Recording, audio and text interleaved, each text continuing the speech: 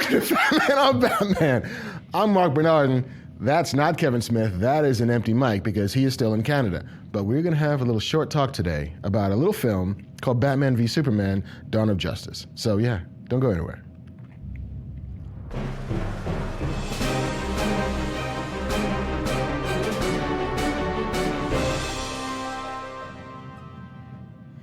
Hi guys, welcome back. It's another Kevla show, but it's a short Kevla show because all we're going to do today is talk about Batman v Superman. And we're not going to talk in length about it because Kevin and I will, of course, do that together. Whether we get to do it before the live Detroit show, which you're all coming to, I'm sure. You've bought your tickets by now and you're flying to Motor City on the 31st of March to see us do the first live Fat Man on Batman in the world. Yeah, it's going to be a whole thing.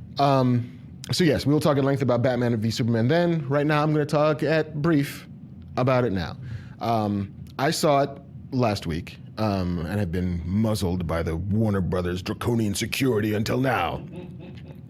But here's the thing. I was prepared for this movie to be, generously speaking, a steaming pile of shit.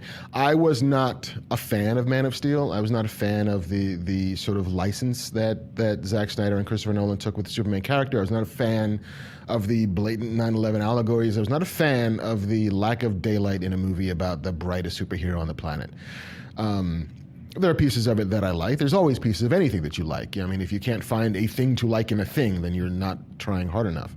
But overall, the tone of Man of Steel was kind of my problem with it. That tone still exists in BVS. If it's even possible to get a little bit darker, it got a little bit darker because there's Batman in it. We were all afraid and concerned when Ben Affleck got cast as Batman. Kevin wasn't. Kevin knew that guy wanted to be Batman since he was 12. Everybody else was like, Affleck, Batfleck. I don't need no Batfleck. He's kind of the best part of Batman v Superman. His Bruce Wayne is really strong. His Batman is the comic book Batman you've kind of always wanted and never gotten before. And yet Chris Nolan did a great job with Dark Knight and Batman Begins, less so with Dark Knight Rises. But we don't have to talk too much about that. We don't have to curse that dude when we can curse. No, we're not going to curse anybody. We're going to be relatively nice. But yeah, it is a Zack Snyder show, and as with most Zack Snyder shows, it looks fantastic. When your heroes actually get to punching each other, it's actually a lot of fun. It is kind of the fight you've always wanted to see. It's a fight you've seen in comic books before, where Bruce Wayne uses his brains to defeat the brawn of Superman. And spoiler, nobody dies. Or do they? Probably not.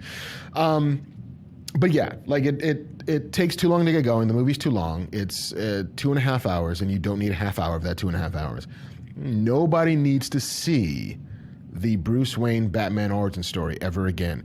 We know the Waynes were gunned down in Crime Alley. We know. No. The same way we get like, hey, did Jesus die on a cross? We don't need that story anymore. We don't need the Waynes dying anymore. We know what happened.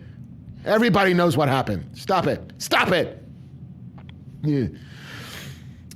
Lex Luthor doesn't make any sense. His plan doesn't hold water. I don't know what he wants. Does he want to be the head of the government? Does he want to kill Superman for some reason because he just doesn't trust aliens? All right, I get it. Does he not want Batman to be alive? I don't understand why. And making Doom die. Listen, if you can explain to me what Lex Luthor was trying to do at the end of that movie, then by all means, hit me up on Twitter and tell me. Explain to me how what he does gets him anything that he claims to want. Because if your villain doesn't want a thing and doesn't have a plan to get a thing, and if that plan is not interrupted by bad guys, then that villain's plan does not hold water. So fuck that shit. Wonder Woman, though, is awesome. Gal Gadot, who had gotten a lot of flack for being Gal Gadot for some reason, because apparently people don't think that she can hold her own. There was a lot of thin shaming going on the internet. She's not big enough to be my Wonder Woman. She's not blah, blah, blah. And I will, mea culpa, I will say that I took a tiny part in that because I've always felt that my penis should be afraid of Wonder Woman. She should be that much woman so that it's like, oh, wow, that's a thing. No, not a chance in the world. She's fantastic in this movie. She is an incredible surprise. And maybe surprise is the wrong word. I shouldn't have been surprised. I should have just been way more open-minded than I was, but I'm now a believer. The 20 minutes or so that she's in this movie is among the best 20 minutes in this movie. And she gives this smile, you'll see it when you see it, that just made me so fucking happy. I just sat there just, Hercules, Wonder Woman. This movie will make $1 billion. It goes without saying. Like, good, bad, and different, it was always going to make $1 billion.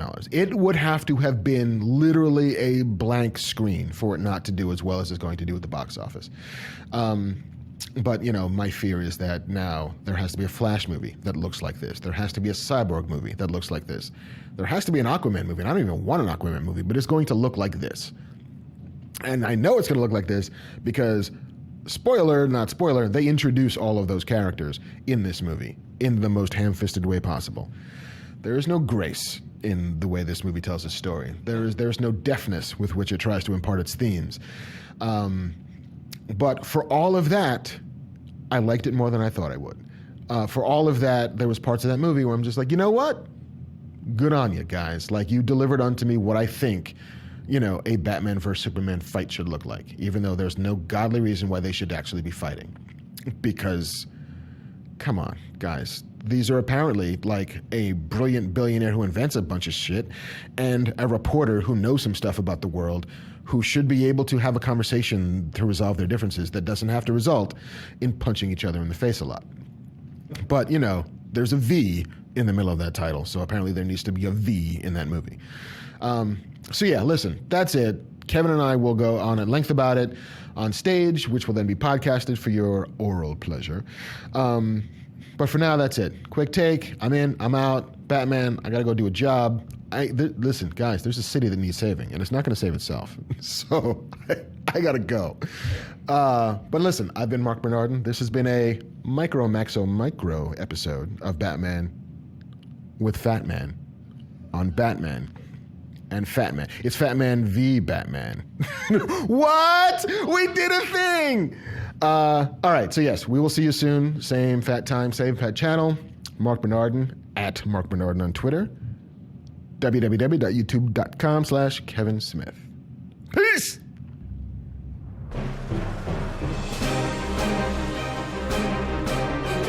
Hey man, it's me, Kevin Smith. Thanks for watching. Do me a favor, click that thing below that says subscribe. Every time you click that, you save a baby kitten from murder.